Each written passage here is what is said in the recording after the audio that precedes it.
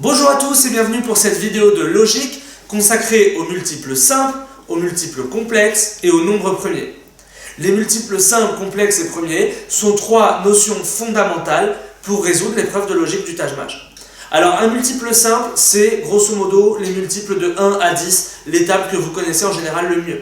Les multiples complexes, c'est les tables qu'en général on maîtrise le moins, de 11 à 20. Je vous rappelle que vous devez connaître sur le bout des doigts les tables de 1 à 20, puisque c'est une technique fondamentale de l'épreuve de logique, et elle vous servira aussi en calcul et en conditions minimales. Les concepteurs, évidemment, vous interrogent quand ils vous interrogent sur les multiples, sur les tables les plus compliquées, ou en tout cas celles qu'on a le plus de mal à apprendre, la table de 7, la table de 9, la table de 11, la table de 13, la table de 17 et la table de 19. Pour reconnaître une suite logique formée de multiples de 19, le mieux ça reste de connaître sa table de 19. Ensuite on fera un point sur les nombres premiers. Je vous rappelle que les nombres premiers sont les nombres divisibles uniquement par 1 et par eux-mêmes. Et je vous rappelle que par convention, ni 0 ni 1 ne sont des nombres premiers. On va y revenir dans un instant. On commence par le premier exemple. L'exemple numéro 1, 14, 133, 147, 77 et inconnu. Première observation, vous avez des énoncés à 2 chiffres et des énoncés à 3 chiffres.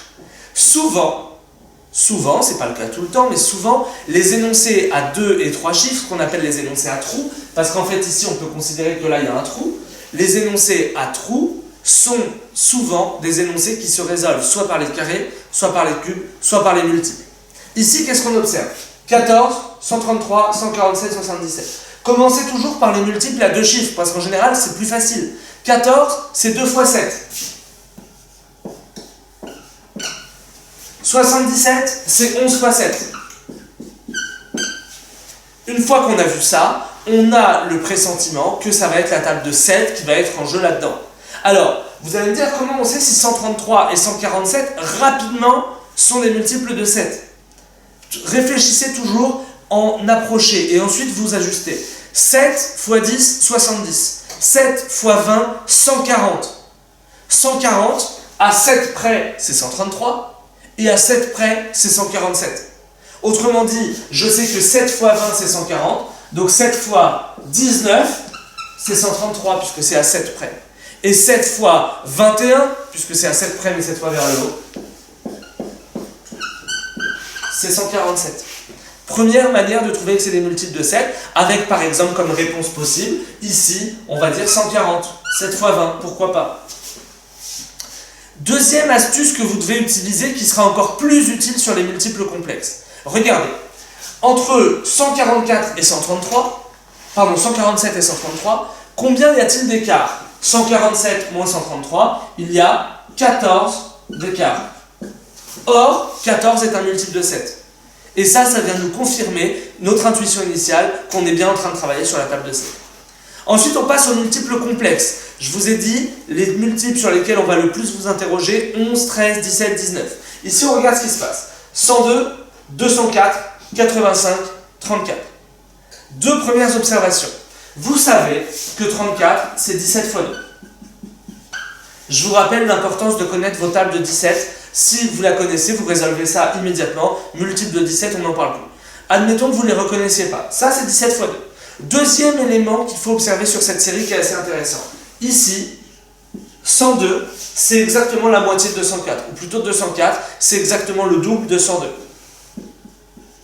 Donc, si l'un est multiple de 17, l'autre le sera aussi. Et inversement, si l'un est multiple de 17, l'autre aussi.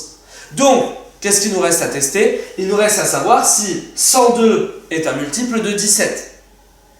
Regardez par rapport à la technique qu'on a vue tout à l'heure. 102 moins 85, ça fait combien? Ça fait 17, comme par hasard. Et du coup, on sait avec certitude qu'on est sur la table de 17. Alors, si vous voulez en avoir la certitude absolue, 85, vous retrouvez que c'est 17 fois 5, 102, c'est 17 fois 6, et donc 204, c'est 2 fois plus, c'est 17 fois 12. Mais pas besoin, on a assez d'éléments. Ici, j'ai un multiple de 17, ici, j'ai le double, ici, j'ai un écart de 17. Je sais donc avec certitude que je suis dans la table de 17. Ma résolution possible, ce sera par exemple 51, les deux chiffres manquants, 51. De manière générale, si vous voyez 17, 34, 51, 68, 85, vous savez que vous êtes sur la table de 17, quasi avec certitude. On passe à l'exemple suivant. 19, 17, 23, 47. Par quoi 19 est-il divisible? Puisque je suis dans ma logique de chercher des multiples. Et bien justement, par rien, ou plutôt par 1 et par lui-même seulement. C'est la définition des nombres premiers. Je ne peux pas écrire 19 autrement que 1 fois 19. Donc, 19 est premier. Pareil pour 17, pareil pour 23, pareil pour 47. Et donc ici, la logique, quelle est-elle? C'est que les nombres qui sont à l'œuvre ici sont des nombres premiers. Ma réponse doit donc être un nombre premier. Par exemple, pourquoi pas 13. Un nombre premier, je vous le répète, c'est un nombre qui n'est divisible que par lui-même et par 1. Je vous rappelle aussi que par convention, 0 n'est pas un nombre premier et 1 non plus. Les nombres premiers s'étalent de 2 à 101. 2 est le seul nombre pair des nombres premiers. Tous les autres nombres premiers sont impairs. Je vous invite, si vous avez un peu de mal avec cette notion, à aller voir notre fiche consacrée aux nombres premiers. On continue avec le dernier exemple. 36, 94, 07 et 41. Alors déjà, on va essayer de voir les multiples communs. Et on se rend compte que 7, il faut toujours commencer par le plus bas, il n'est divisible que par 7. Il est premier, donc il n'est divisible que par 7. Et 36, est-ce que c'est divisible par 7? Non. 7 fois quelque chose ne fait pas 36, puisque 7 fois 5, 35, et 7 fois 6, 42.